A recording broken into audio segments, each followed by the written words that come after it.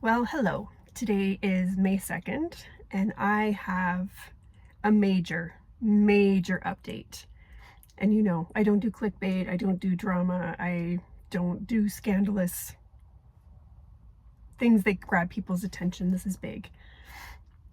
I haven't fully integrated all of it yet, so pardon me if I cry. If I'm a little over animated, it's because I'm a little bit in shock. But I also feel that the information is going to help you, but relaying the information in this format is also going to help me integrate what it is that's going on. So I'm going to start at the beginning and remind some of you that in January I did a video, pardon me, where I was explaining that I had a sudden awareness that my toroidal field was going in the opposite direction.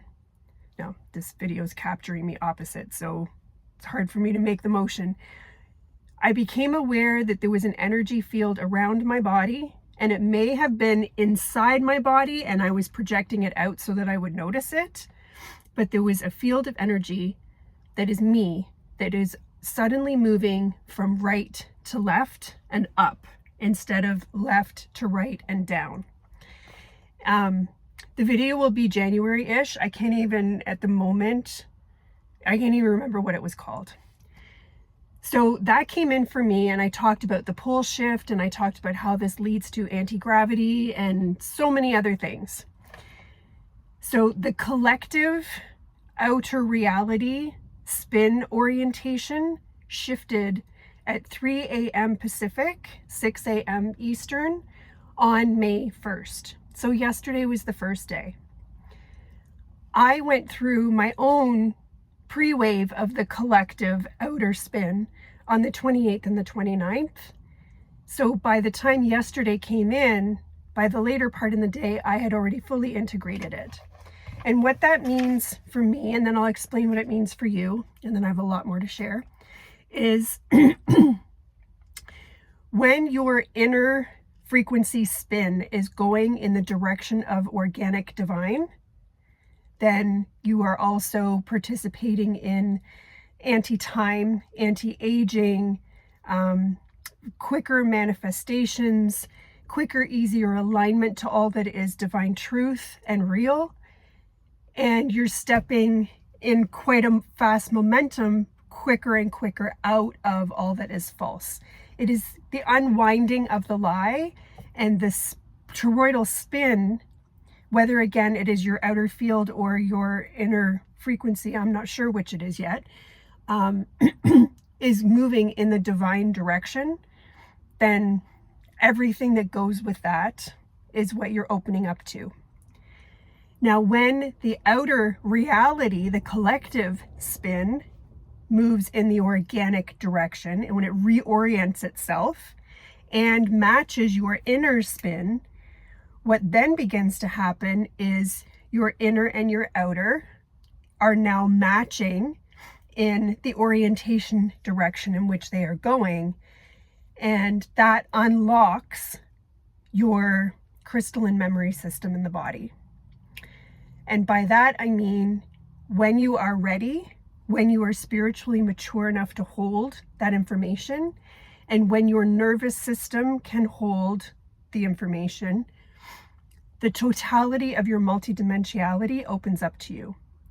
All the little breadcrumbs, the weird dreams, the funny thoughts you've had, the things that you did research on that nobody else seemed to know anything about, all of those little breadcrumbs that have been your life or your awakened time frame in your life have all been hints towards this greater unlocking, unsealing, and unpacking and revealing to yourself the entirety of your multidimensional status across all time and space. And that's what happened to me yesterday. So, bring it back to you. You may have noticed that your spin or some of the activities that you do are starting to go in the opposite direction than before, and you're just kind of like, oh, that's interesting. That is a good indication that your inner spin is already started to reorient itself. That will happen faster now that the outer reality has oriented itself in the divine direction. So now you have the outer that's going in the divine direction, which is right to left and up counterclockwise. So it's going to create like an untorquing of your inner screws so that your inner screws start going in the right direction as well. For those that perhaps have not awakened yet, for those that are earlier in your path, you're not being left behind, because the outer orientation spin of frequency that creates reality is now going in the divine orientation, right to left, anti-clockwise spin. And what that means is that even the sleepiest of the sleepiest, their outer environment is going to be slowly reorienting their inner frequency. So you're going to have people everywhere across the spectrum, from people like me, where this was the orientation, the outer orientation is the final piece to the total unlocking of their crystalline memory, because their inner system was already doing it, to people are going to have sort of a more expedited path in their crystalline creation of the crystalline structure in their body that leads to the memory awakening. And those that have not awakened will start to have their inner toroidal spin. Again, I'm not sure if it's inner or outer. I think it's probably inner. Start to be pushed or untorqued into the correct direction. So I know that was kind of technical, but it kind of had to be in order for me to explain it in the way that I'm seeing it and understanding it. Another way to put it in sort of just a clear sentence is the lie that is the matrix, the inversion that is the matrix, has now unwound itself enough to reorient itself into the more divine matrix, the more divine direction. That's sort of an easy, simple way to understand it. And all the people living on the planet participating in ascension will benefit in whatever way. So with that reorientation of the spin of reality, also came with it some renegotiations of universal laws and contracts under which human beings have been operating for a millennia of years. And I'm going to explain to you what those laws are and what the changes are, because not that you absolutely need to know them and commit them to memory, but the more that you understand how much things have changed, and the more you remember how they've changed, the more you'll be able to meet yourself and reality new and not do the old behaviors. So part of my massive unlocking that went from, I don't know, about 5 o'clock my time until about 2 o'clock in the morning was I was literally just making dinner and just thinking about my day and thinking about the fact that Jason Estes, who is someone that I followed and referred to on my videos from time to time, had made a post saying that some of these invisible laws had been re-updated, renegotiated. And I'm making dinner and I'm like, Jason made that post. That's interesting. I wonder what those laws are. And then all of a sudden, click, click, click, click, click, click, click, click. And I'm like, I was in the meeting. I was in those meetings. I know what those laws were because oh my God, not only do I know what these meetings were, that's where I know Jason from. We're in the same councils. Whatever those councils are, it doesn't matter to me what the name is. That's how I know him from outside of this human realm, which is just mind-blowing to me, because I have been sort of known as the Jason translator within my community for years. The way that he delivers information isn't always digestible or receivable to everyone, and one of my little superpowers is that I'm able to break down some pretty metaphysical, esoteric, complicated physics, quantum material, and break it down into something that the human can understand and digest.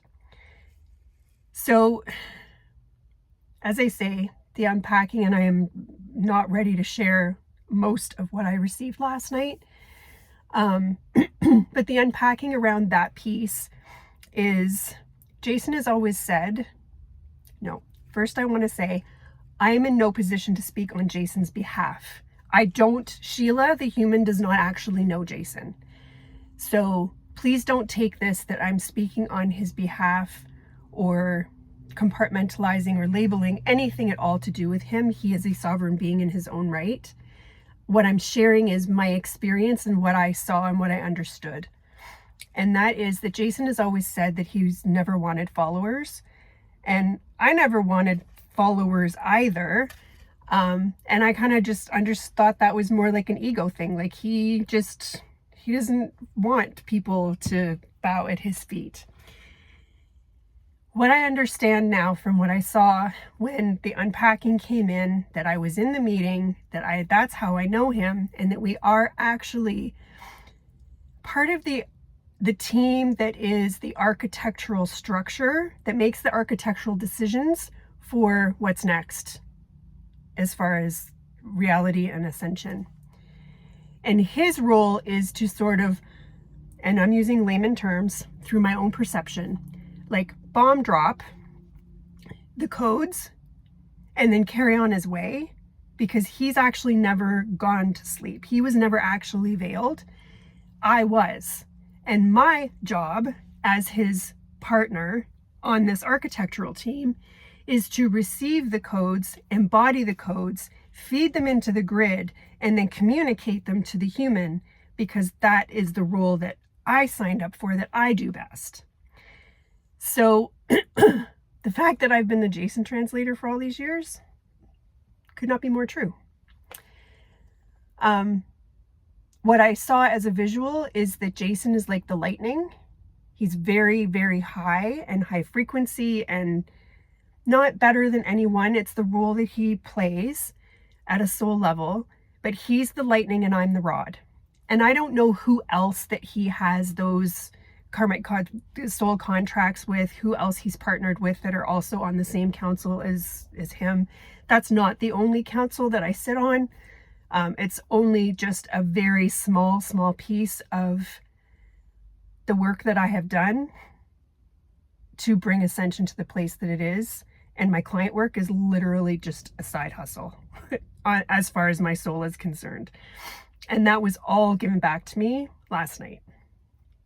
So let's talk about the laws that have been revised as far as the universal laws in which we operate. And then I'll talk just a little bit about what that process looks like when you go through an unpacking like this, when your inner spin and the outer spin hit that sweet spot and your crystalline memories start to come back to you at a very rapid rate, because it's destabilizing. So there are 5 laws. You can listen and then write this down if you want. You don't have to commit them to memory. You can reword them in your head as I'm saying them. It's up to you how you want to use this information. The law of limitation has been removed. And that is the construct that said that we had to be limited by forgetfulness and veiled into separation and amnesia in order to acquire soul evolution and growth. That law has been obliterated, which means we can continue to evolve and not necessarily fully be unveiled from our amnesia. Some days you are just kind of a sleepy human, and other days you're much more elevated, and that still is a part of the evolutionary process. But what that also means is that the babies being born and the children that are choosing to come in past this date are going to be coming in fully intact with their memory for the purpose of offering evolution and going through their own evolution without ever having to fall through the veil of amnesia. So that law has been gone. The law of return has changed. And what that speaks to is energy thus far, because energy has been so slow and the matrix construct has been so dense, that the cause and effect was so long that energy put out actually became karma that you'd have to collect coming back in again and try and fix it again. That speaks to the fact that people didn't live very long. the energies on the planet, the dense behaviors, all of that stuff. So what it is now is that there is no karma. The cause equals effect. It is almost instantaneous. It's going to continue to get quicker and quicker and quicker. What you put out, you get back in some way, shape, or form, the good and the bad, without creating a debt bank of karma that you have to come back and clear later. So that's the law of return, and that has been changed. The law of hiddenness. And that is lifting as people come into the ability to hold it. And what that speaks to is the higher truths. So that crystalline memory unlock that I'm talking about, it used to be that only certain people that sacrificed themselves, that sat in the caves or on the mountains and meditated for years and earned their way to higher knowledge and wisdom were the ones that received higher knowledge and wisdom. And now that contract is lifting layer by layer so that everyone has the ability to receive as much higher wisdom, as much mystical information, the crystalline unlocks, based on their frequency to match that information, and based on their spiritual maturity and their nervous system's ability to be able to hold that information. So that will be an ongoing thing, but it's really major, and it's going to be very, very subtle. No one is, I'm talking about, I feel like I've had the doors blown right off me. That's just my ego's perception. No one's actually going to receive more than they are able to hold or integrate or digest or be with. You're not going to get too much. It's going to be subtle, like the way it started for me yesterday when I was making dinner, and I'm like, wait a minute, I was in that meeting with Jason. Wait a minute, that's how I know Jason. It's going to happen like that. You may meet somebody in the grocery store, and there's going to be a soul recognition that they are a part of your multidimensional family, or that you have been on a council group based on your soul mission with this person. And it's just going to come in like a wave of truth through your body. You're like, wow, I remember that. I remember that person. And then the waves will get bigger and bigger as you hold the ability, the maturity, and your nervous system to be able to receive more. The law of choice is expanding. And that speaks to the free will, God will piece. And we're going to combine those into will. The personal will and God's will are becoming ever more enmeshed as we ascend, where the ego is softening and that of the divine will is playing out through us every day. So this law of choice is just expanding into something more that says, if it's a yes, it is very loud. It's a loud outpour, a loud emanation into the field. And if it's a no, it's also a very loud and clear communication into the field. And anywhere where people are sort of sitting on the fence, that's just going to collapse the timelines completely. Not all timeline potentials, but like if you're going to buy a car and it's soul aligned and that's the car you're meant to have, then that yes is going to come up through your body and it's going to be a yes, and then everything's going to fall into place. And if you look at that car and you're like, I don't think that's the one, then that's going to be a no, and that timeline will shut down immediately. And if you're like, oh, I don't know, maybe it's that car, maybe I want a blue one, maybe I want a truck instead. If you're kind of waffly, then you're not acting on soul-inspired alignment, and the timeline will just collapse. So that's just a little silly example. And the last one is the law of observer. This one, the only way that I can kind of put words to that is the quantum observer effect. And it gets a little sciencey, but the gist of that is that everything being energy and everything being particles, it is scientifically true that the person that observes the particles actually causes the particles to orient themselves to match the observer's perception. So very much sort of like reality, that is maybe even how manifestation happens. When you impose based on your observer belief system, your frequency, your vibration, and your thoughts, when you look at an apple and you're like, wow, apples are beautiful, they come from nature, they're red, I love apples, then the energy of the object you're looking at will orient itself into becoming the apple that you believe that it is that you are projecting. And then someone else might look at that same object, or it could be an apple, and be like, apples are amazing, but they're always green, and da da da. And then the particles will orient themselves that way. That is how we are going to co-create, alchemize, and become grandmaster alchemists of energy. So that's just briefly how the quantum observer effect works. And that is the law of observation, and that law is expanding. So we had the law of limitation, veils and forgetfulness are no longer required. The law of return, which is cause and effect, is happening now, not through karma. The law of hiddenness, higher truths don't have to be earned, you just have to be available and mature enough to hold them. The law of choice, a yes is a yes, a no is a no, and if you're waffling, it'll collapse. And then the observer. So, excuse me, that's what it looks like in real time.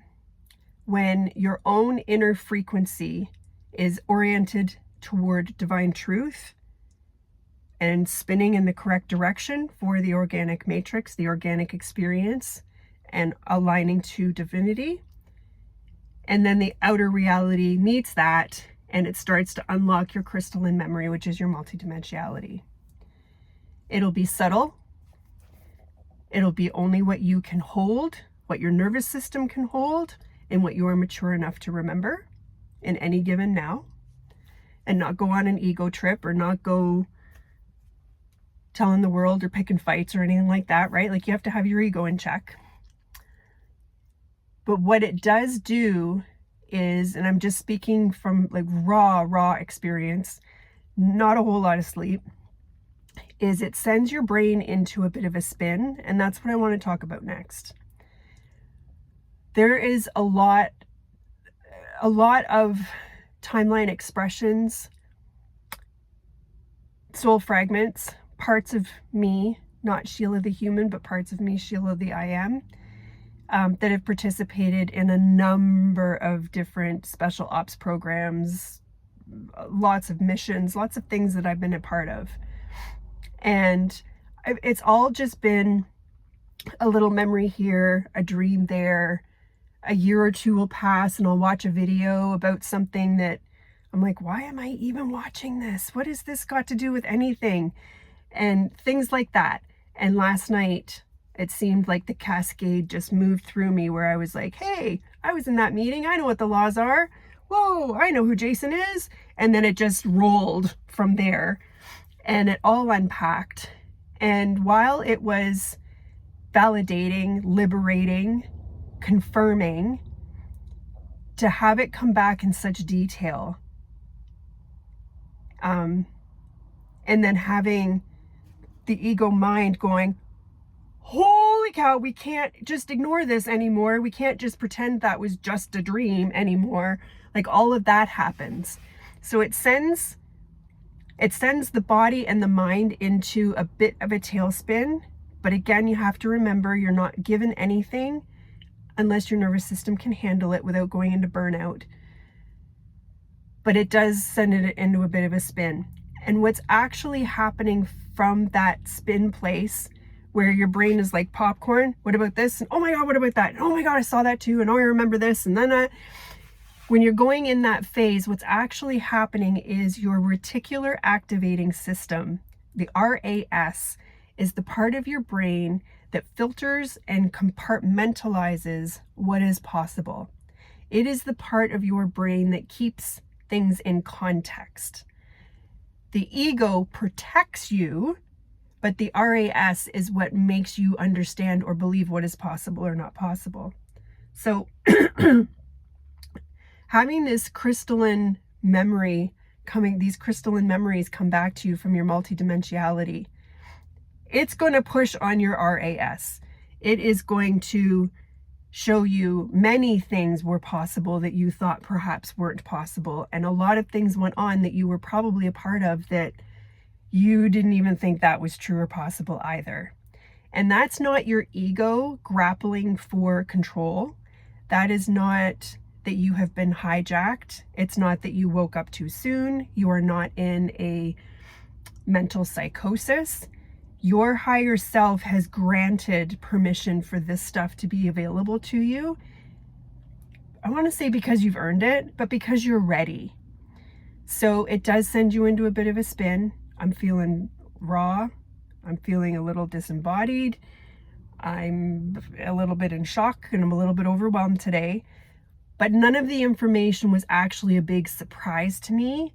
It's just the vastness of it all, and that none of it can be denied, pushed to the side, pretended that it was just a coincidence or just a dream or whatever.